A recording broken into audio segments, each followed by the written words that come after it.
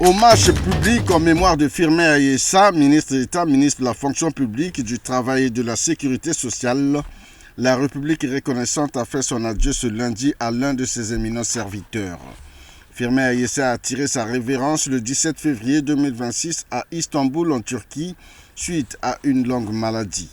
C'est après l'installation du cercueil de l'illustre disparu dans le catafalque que le président de la République, Denis Sassou Nguesso, et son épouse, la première dame, font leur entrée dans la grande salle du Palais des Congrès où sont déjà présents les corps constitués, les parents, amis et connaissances, ainsi que les membres et sympathisants du Parti congolais du travail, ce parti que Firmin Ayessa a tant aimé et servi avec fidélité et loyauté.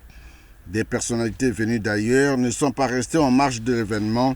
Elles ont été invitées à déposer en premier des gerbes de fleurs sur le cercueil de Firmin Ayessa, couvert du drapeau tricolore vert jaune rouge.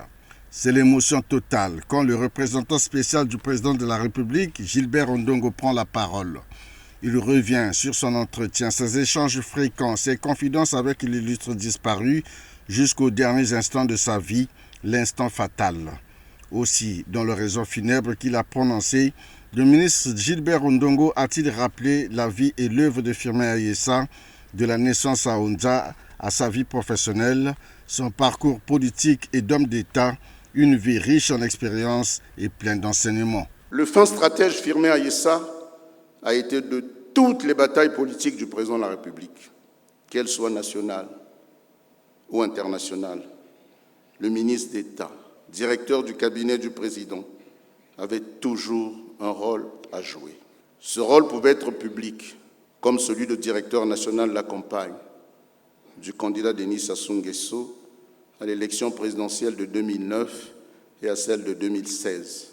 Son rôle pouvait être aussi joué dans l'ombre, comme c'était le cas en 2015, au moment où, suivant le bon sens, il avait fallu proposer au peuple congolais le changement de constitution.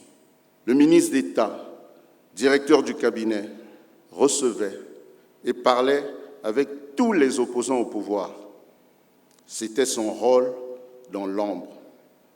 Homme avenant, il suscitait spontanément le respect de ses interlocuteurs de l'opposition. Accompagné de son épouse, Mme Antoinette Sassou Nguesso, le président de la République a déposé à son tour une gerbe de fleurs sur le cercueil de Firmin Ayessa avant de se recueillir devant la mémoire de l'illustre disparu.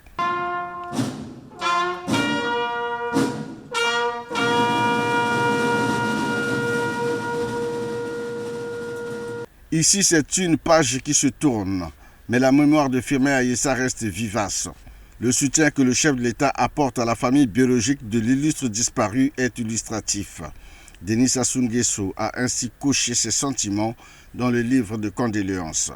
C'est le ministre d'État, directeur du cabinet du président de la République, Florent Tiba, qui en donne la teneur. Très cher Firmin, tu as magnifié la foi et le courage.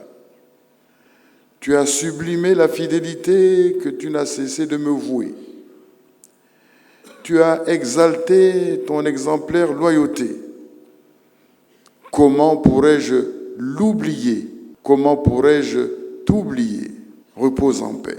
Éclatère du Congo, notre bien commun, que tu as tant aimé, te soit légère. Firmin Ayessa, appelé affectueusement Max Loma, sera inhumé ce mardi dans son village natal à Onza, district de Makwa.